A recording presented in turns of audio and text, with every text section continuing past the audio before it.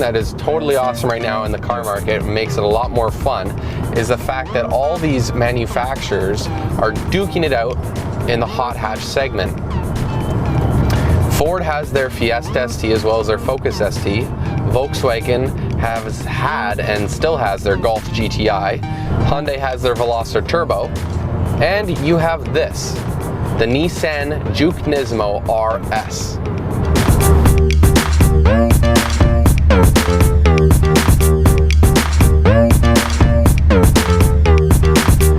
Although this doesn't look like your normal hot hatch, let alone any other vehicle on the road, spec to spec, price to price, it is very comparable to all those front wheel drive turbo hot hatches. Like all the other turboed front wheel drive cars that this thing's up against, it is also turboed and it is also front wheel drive. Powering the Juke Nismo RS is a 1.6 liter turbocharged 4-cylinder engine. Now what makes this engine a little more special than other Juke models is that this thing is Nismo tuned. Nismo has tuned this so it can throw down 215 horsepower, 210 foot-pounds of torque. That power is made into a 6-speed manual transmission, which makes this thing a lot more fun to drive. It's really fun to go through the gears on any car, but something that's turbocharged and something that looks like this just makes it extra awesome. Now you only really start to feel the power above 3,500 RPM. Anything below that, you really don't get much torque, and it really doesn't feel like this car is that quick at all.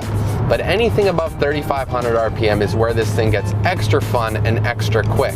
Posted fuel economy ratings for the small 1.6 liter engine is 8.2 city per 100 kilometers and 6.4 highway. That's not too shabby, and I'm averaging about 8 liters combined. Mind you, when you are putting your foot in it, which is when this thing is most fun, you're obviously not going to do nearly as well in those fuel economy ratings.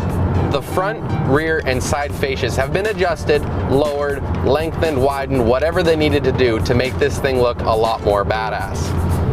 As far as driving this thing goes, it feels like a normal car. I mean, you are a little higher off the ground, but you do get a really nice view from the windshield.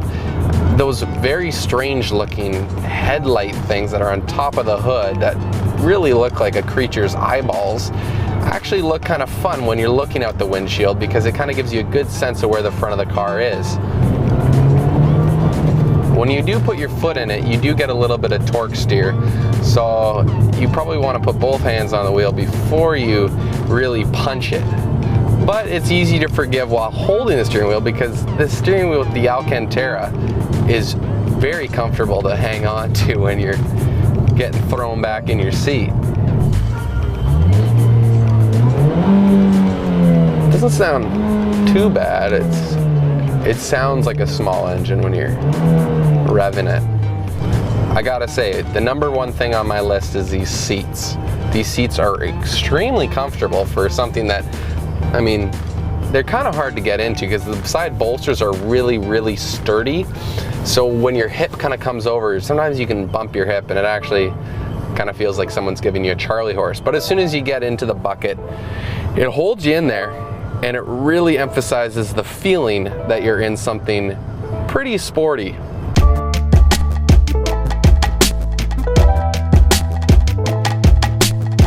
Another cool part about the interior is the climate controls. It shares the same screen and same buttons as the drive mode controls. All you do is click climate and it gives you your AC and all the climate controls you'd ever want. And then you click drive mode and it gives you the normal, the sport, your eco mode. It gives you a little screen showing how much boost you're using. I don't know how accurate it is, but it is kind of cool looking. It's just really smart, easy to use, and looks awesome. You can fit 5 people in the Juke, but the doors don't open nearly wide enough and the openings are quite narrow. So if you plan on putting a booster seat back there, or maybe even a suitcase, it's gonna be hard to wiggle that around in the narrow opening that the Juke doors give you. Cargo room in the back is certainly not a trunk. It's got room for a decent amount of stuff. I was able to put all my camera gear, a briefcase, and a backpack without too many difficulties. But if you do have a lot more gear and you want to give up that back row, you can fold them down, which will give you more room. I'm on some backcountry roads that happen to be nice and windy, which have given me a nice feel for this car. It's got nice light steering. It gets heavier when you're putting it through corners, which is when you want the feedback anyhow. So if you are looking for a vehicle that is as fun as it looks, this will probably fit the bill perfectly. It is wild looking, and no matter where you drive it and no matter where you park it, everybody will be staring. And good or bad, it doesn't really matter, because the fact is you're the guy with the vehicle that everybody's looking at.